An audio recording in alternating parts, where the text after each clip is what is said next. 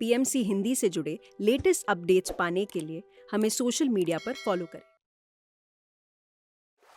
परीक्षा का भूत। सोनू कक्षा 9 का विद्यार्थी था।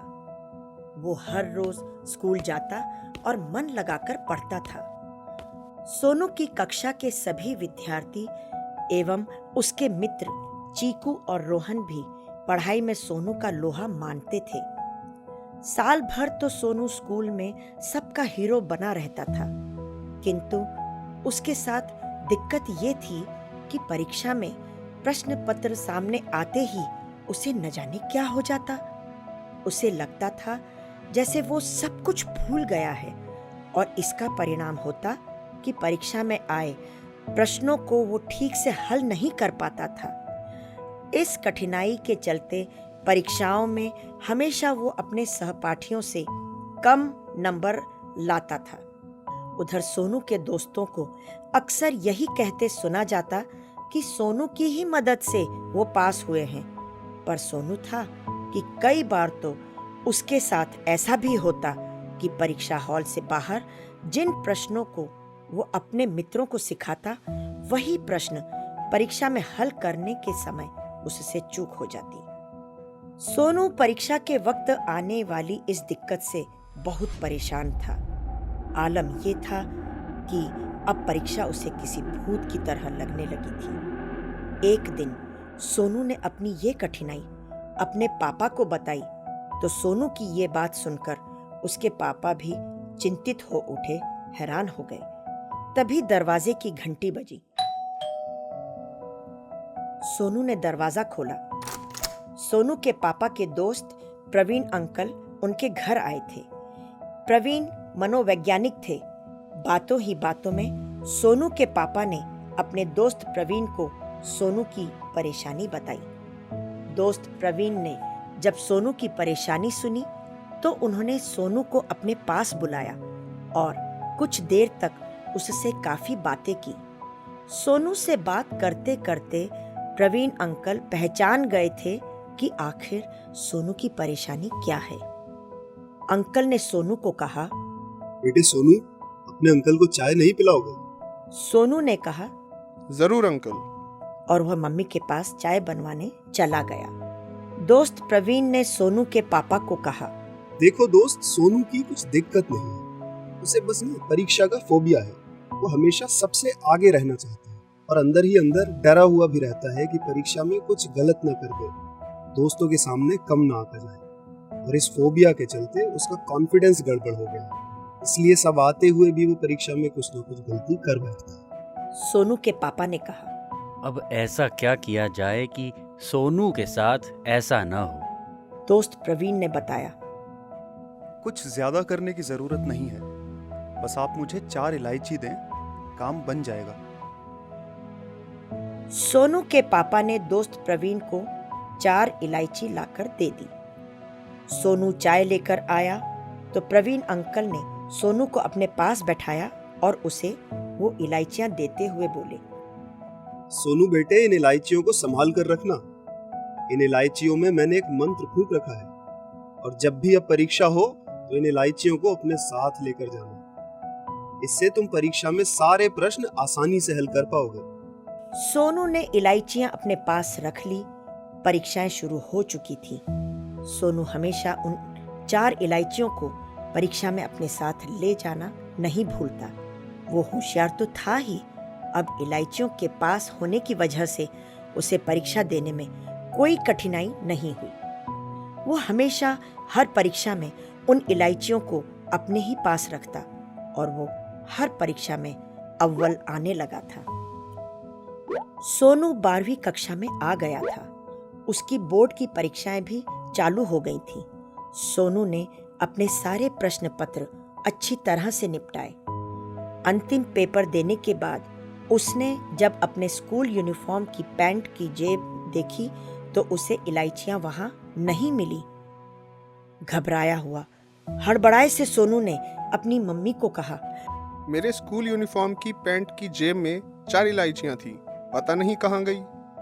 सोनू की माँ अपनी याददाश्त पर जोर देती हुई बोली, अच्छा, तुम उन इलायचियों की बात कर रहे हो जो मैंने तुम्हारी परीक्षा शुरू होने के पहले तुम्हारी पैंट के साथ धो दी थी और गीली हो जाने की वजह से उन्हें जेब से निकाल दिया था।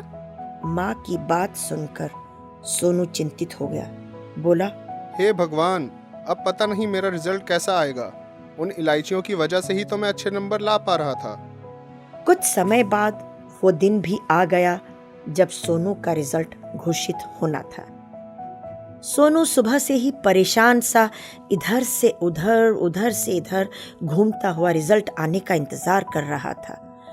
सोनू ने जब इंटरनेट पर अपना रिजल्ट देखा तो खुशी से उछल पड़ा। वो फर्स्ट डिवीजन में पास हुआ था और स्कूल में बोर्ड परीक्षा की लिस्ट में उसका नाम सबसे ऊपर था। सोनू ने 12वीं बोर्ड में फर्स्ट डिवीजन से पास होने की मिठाई सबको खिलाई। मिठाई देने जब वो प्रवीण अंकल के पास पहुंचा तो उन्हें मिठाई देते हुए बोला, सॉरी अंकल, मैं हमेशा आपकी दी हुई इलायचियाँ अपने पास रखता था और फर्स्ट आता था, लेकिन इस बार पता नहीं मैंने उनको कहाँ खो दिया और अपने साथ एग्जाम में नहीं ले जा पाया। पर अंकल, मिठाई खाइए, आप सभी के आशीर्वाद से मैं इस बार भी फर्स्ट आया हूँ। प्रवीण अंकल ने हंसते हुए सोनू के साथ मिठाई खाई और बोले, सोनू, मैंने जो इलायची तुम्हें दी थी उनके लिए दुखी होने की जरूरत नहीं है। उन इलायचियों में कोई मंत्र नहीं था। ये साधारण इलायची थी जो मैंने तुम्हारे ही पापा से ली थी। उनमें मंत्र होने का तुमसे बस इसलिए कहा था ताकि तुम्हारे मन से परीक्षा का भूत निकल जाए। सोनू, परीक्षा कोई भूत नहीं, बल्कि हमने साल भर जो भी पढ़ा है उसकी जांच परख है। अगर तुमने वो सब पढ़ा लिखा है तो परीक्षा को भूत बनाने या किसी को दिखाने के लिए नहीं, अपने कॉन्फिडेंस के लिए देना चाहिए। ये परीक्षा ही है जो हमें आगे और आगे बढ़ते रहने के लिए प्रेरित करती है। सोनू को अंकल की बात समझ आ गई थी। परीक्षा का डर अब उसके मन से हमेशा के लिए निकल गया था और अब वो मन लगाकर पढ़ते हुए विश्वास के साथ परीक्षाएं देकर हमेशा उत्तीर्ण होता रहा और आगे बढ़ता रहा। दोस्तों, इस कहानी से हमें ये सीख मिलती है कि हमें कभी भी किसी चीज से डरना नहीं चाहिए, क्योंकि डर बस हमारे दिमाग में होता है। हमें हर मुश्किल का सामना एकदम शांत दिमाग से करना चाहिए। तो देखा श्रेया, जो स्ट्रेस क्या होता है, हमारे अंदर जो माइंड में जो ये डर है ना, वो ही है स्ट्रेस का कारण। और इस डर से हमें भागना नहीं है, ना ही उसे दबाना है, अपने डर का सामना करना है। और जब हम सामना कर लेते हैं अपने डर को, तो हम हर मुश्किल पर, हर डर पर जीत पा सकते हैं। तो अब बताओ, क्या तुम एग्जाम देने जाओगी? बिल्कुल दूंगी दी, और बहुत अच्छे मार्क्स भी लेकर आऊंगी। और हाँ, आपकी कहानी बहुत अच्छी थी। अब मुझे समझ आ गया है, जो स्ट्रेस और फियर है ना, ये सब हमारे माइंड में रहता है। अब हमें एग्ज़ाम के रिजल्ट की टेंशन ना लेते हुए अपने एग्ज़ाम के लिए अच्छे से प्रिपेयर करना है, और मैं उसका एग्ज़ाम भी बहुत अच्छे से दूंगी, स्माइल और कॉन्फिडेंस के साथ। Very good Shreya. तो देखा दोस्तों, स्ट्रेस से कभी भी हमें भागना नहीं है। और स्ट्रेस से होता क्या है, हमारी हेल्थ खराब होती है और हम इंजॉय भी नहीं कर पाते अपने प्रेजेंट मोमेंट को। तो जब भी स्ट्रेस हो तो आप अपने पेरेंट्स से बात कर सकते हैं, अपनी परेशानी उनसे शेयर कर सकते हैं, या फिर ज़्यादा स्ट्रेस के बारे में मत सोचो। आप सिर्फ उस स्ट्रेस को बाय बाय करने का सोचो।